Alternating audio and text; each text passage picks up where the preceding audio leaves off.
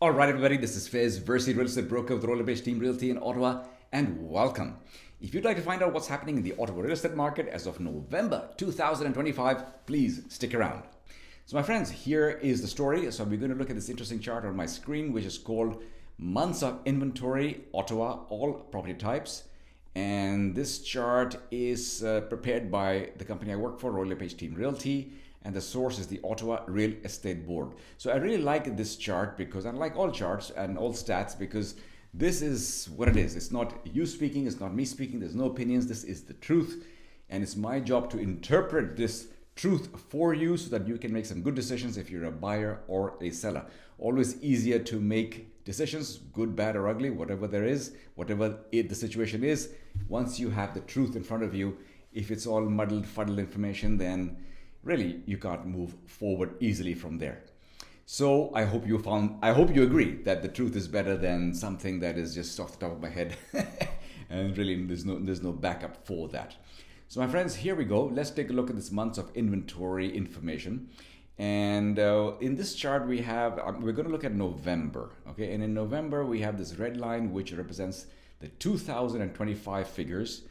The black line, well, the gray line is 2024 and the black line is 2023, okay? So what's happening now as of November of 2025, we are currently sitting at slightly above 4 months. If you see my cursor there, that's 4 months of inventory. So we are sitting slightly above 4 months of inventory in the Ottawa region. So that is something we are now in what we call a balanced market, okay? Prior month, we were slightly below 4 months, and that is what is called a seller's market. So to describe to you what is the seller's market, what is a balanced market, what is a buyer's market, let me just make use of my hands here. Hopefully you can see them. And basically, if you have a situation like this where this is demand and this is supply, so buyers, sellers, if it's like this, then you have a seller's market because you have an excess of buyers. And what happens in that scenario is that essentially the price needs to rise in order to achieve equilibrium, okay? So where we are now, we are in a balanced market, which means we're essentially in a situation like this where we have an equal number of buyers and sellers in the market. And in my view, that's a good situation. I'll come back to it. There's another scenario, in theory, I'll talk about it. We haven't seen one in some time. We did slip into a buyer's market maybe a few years ago, temporarily. But a buyer's market is like this, where the buyers are here, supply is here, so there's more sellers than there's buyers. And that's a situation where the buyer has the upper hand. There's more properties to choose from. So let me just describe this in a bit more detail. So in a seller's market, let's say if I'm a buyer and I'm looking for properties in a particular area, it's just an example, in a particular area, in my price range, let's say I can see maybe 2 properties, maybe 3 properties. So fewer choices and I have to act fast because there's other buyers. If I'm looking, Ottawa's a big place, there's probably another dozen, 2 dozen, hundreds of buyers actually who are looking at those same properties. So I have to move fast and I have to submit my offer, and I may not have any room for negotiation because there could be bidding wars. So that's a seller's market. Now in a balanced market, which I think is a good place for everybody, because in a seller's market, the seller has the upper hand. They have pricing control.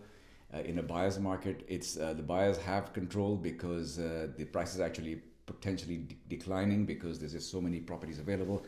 If in a seller's market, a buyer could only see 2 or 3 properties in his desired criteria, in a balanced market, he may see 7 to 10, and in a buyer's market, he may see 15 to 20. So when you have that much competition, sellers don't have pricing power, and they will need to be very careful about how they price their property, and actually prices may decline. In a balanced market is good, we have activity, so I think a balanced market is a good place to be. We have dipped into a balanced market in September as well, and time to time over the previous many years now, over the previous 7 to 8 years, we have been mostly in a seller's market, but we did have a balanced market back in 2018, 2019. Then it's been a seller's market, and now it seems that we are coming back to some kind of normalcy in the real estate market in Ottawa. So that's where we are, my friends. I hope you found that useful. What is the takeaway? The takeaway is that if you are a buyer, then you have more choices right now in certain pockets. Remember, this is averages and looking across Ottawa. within Ottawa, there are sub-markets. The particular market you're looking at in a certain area may not have the same characteristics, and that's why it is highly advisable that you work with a real estate broker because, for example, me, I'll know exactly what's happening on a daily basis because the market's just changed like that on a dime. So I'll know what's happening on a daily basis in the market that you are looking to purchase, and I'll be able to give you a good idea about the current economic and market situation within that property that you are interested to look at. And same thing for sellers. For sellers as well, it's the market is in your area may be different than these overall averages. But given that we are in a balanced market overall, it's very critical that sellers price their properties correctly. It's not something, Mr. Seller, that you can do on your own. There is some information on the internet, absolutely. But you need the real estate broker with my human computer. So what we do in order to assess what is an accurate as accurate as possible market value for your home, so you know how much to list it at if you're interested to sell. If your market value is 800,000 and you want to list it at 2 million, go ahead. It's not going to sell. I'm just saying that because somehow all of us, I mean, this is not something, an attack on anybody, but a lot of us are still have our heads stuck in 2022 where we were seeing people buy properties 100,000, 200,000 over asking. It was kind of expected and normal for about a year, but we are out of that and we are now in a balanced market. So prices have actually come down since 2022, and now sellers have to be very particular about how they price the home. So best is to hire a real estate broker because we have access to all the machine information. So that's the AI, what we call these days. It's a popular term, AI. We have access to the AI. We've been using AI for centuries now.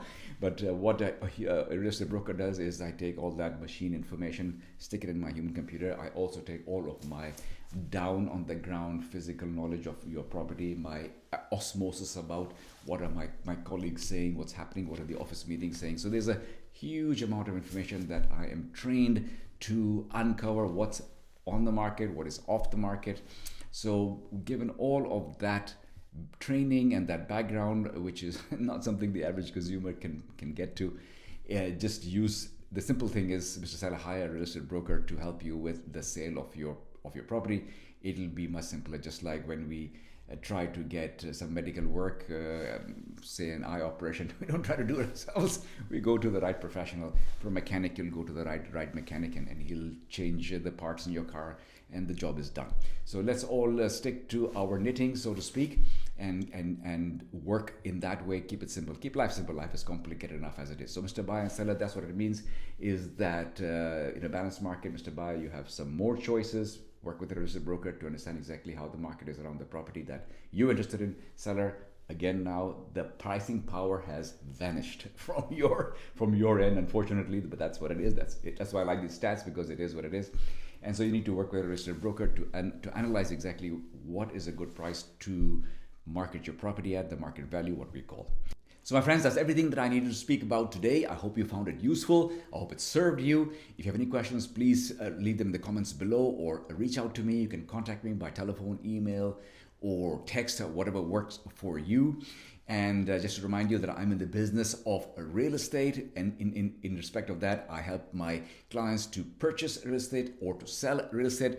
I'll be delighted to talk with you about that if you have any needs, or if you have a friend. If you have a friend who speaks to you about real estate, then don't worry about trying to figure out if it is something that applies to what I do. Just refer them to me. I will have a chat with them, and if I can help them, awesome. If I can't, I'll point them in the right direction.